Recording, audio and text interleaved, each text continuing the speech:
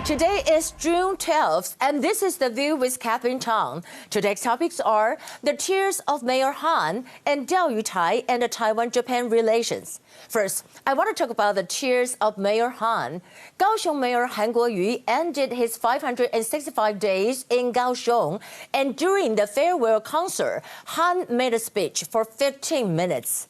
And the speech kind of reveal how unsatisfied and regretful he felt for the recall by Kaohsiung citizens. Yet, even not one moment, did he really apologize for abandoning the people in Kaohsiung for running for the presidential election. He kind of ended up complaining about the ruling party DPP and the press. I feel the entire event is like a complaint conference or a gathering like an echo chamber. Moreover, Han Kuo-yu criticized Taiwan democracy in the wrong way, and I think he should apologize. What did he say? Well, he said, the so-called Taiwan's democracy is tyranny covered with democracy. How can he say something like that? Han Kuo-yu won the Kaohsiung mayor election through Taiwan's democracy, and he also ran for the presidential election this year through Taiwan's democracy. How can he say that Taiwan's democracy is actually a tyranny? Ironically, he just said that he believed in Taiwan's democracy last year. So what's the difference? He is criticizing Taiwan democracy only because he was recalled by Kaohsiung citizens. I think he should really take back his words and apologize to the public. And this afternoon, we know the Central Election Commission, Zhong Xuanhui, announced at 3 p.m. that Han Kuo-yu is officially removed from office. Han Kuo-yu should reflect on himself, especially what he did wrong, instead of judging the country. When he stepped into the Hong Kong liaison office in the Central People's Government, did he ever thought about the Tiananmen Square massacre? If he says Taiwan democracy is a tyranny, and what about China? What about Hong Kong? The phenomenon of Han Kuo-yu is a warning to many politicians. People can vote for you, but people can also take it back. He broke the promise first. So why is he kind of complaining? Yesterday, at a farewell concert, they sang the song Amazing Grace. However, I think they should sing the song The River of No Return, because the current status of him, just like the lyric, like a river of no return. Second, I want to talk about Tai and the Taiwan-Japan relations. Like what I said before, Tai Island belongs to Taiwan, yet Japan and China both claim that they own Tai, and therefore the fight continues. The Japanese government, they wanted to announce that they want to change the name of Tai. Yet Yilan County made a move faster. It changed Tai to Toucheng Tai, and this is like announcing Tai belongs to Yilan County of Taiwan. How will Japan react? Couple points to share. I think first, the name change of Tai Island in Taiwan is only a local vote, and it still, need to report to the central government. Therefore, I think it is only a gesture to show to Japan before they vote on the name change on June 22nd.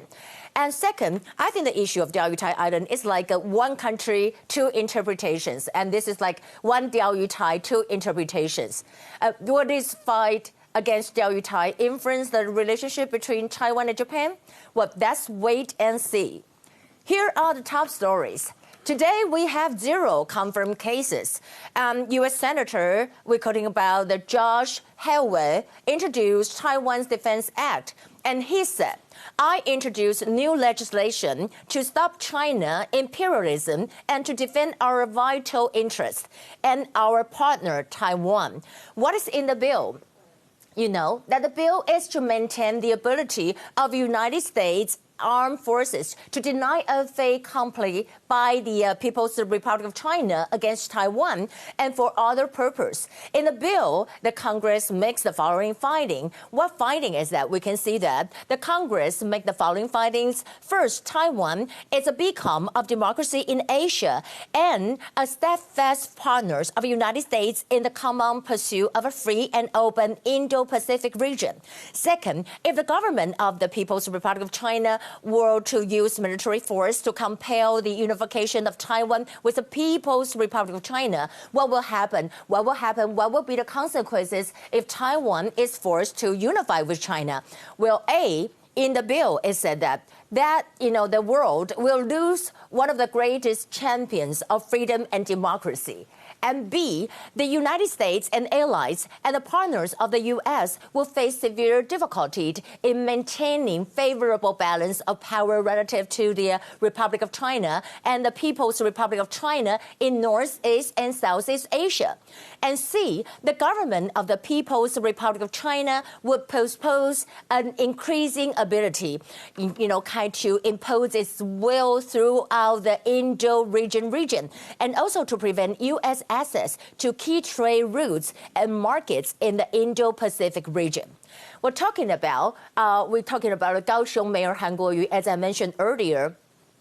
Han Kuo-yu, he said goodbye to Kaohsiung yesterday, and he and the members of his city government team attend the farewell concert on his final day in office. And the Executive Yuan appointed Yang Ming-jou as acting Kaohsiung mayor because Yang was acceptable to the pan-blue and pan-green camps in Taiwan, easing tensions in preparations for Kaohsiung mayoral by-election after Kaohsiung Mayor Han Kuo-yu was recalled. And U.S. video conferences company Zoom closed an account used by a Hong Kong activist living in the United States after they held an online meeting to mark the 31st anniversary of the Tiananmen Square massacre. Chairman of the Hong Kong Allies, Li Zhuoren, he said that the account was suspended before the talk started. And I've asked Zoom many times whether this is political censorship, but it never replied. You know that even in Taiwan, Zoom is kind of banned to use the government or in school meetings because there are sources saying that Zoom has Chinese phones. And also, in the war officially really going on the internet, that Twitter announced yesterday. You can see that Twitter deletes over 170,000 China-backed accounts over this information. And what is that? This information is about the Hong Kong protests or about coronavirus. Now, let's take a look at the new stimulus voucher.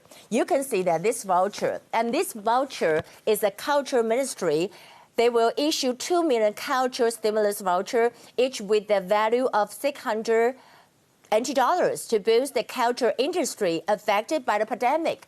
And the voucher can be used, for art exhibition, performances, concerts, movies, or other cultures and art events. Well, that is great. It's such a good idea.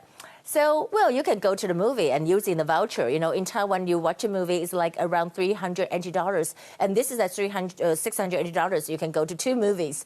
That's what I think. So, what are you going to do in the weekend? Well, I'm going to do the Pilates and also yoga and exercise. So, I'll see you next Monday. This will be The View for today. I'm Catherine Chang.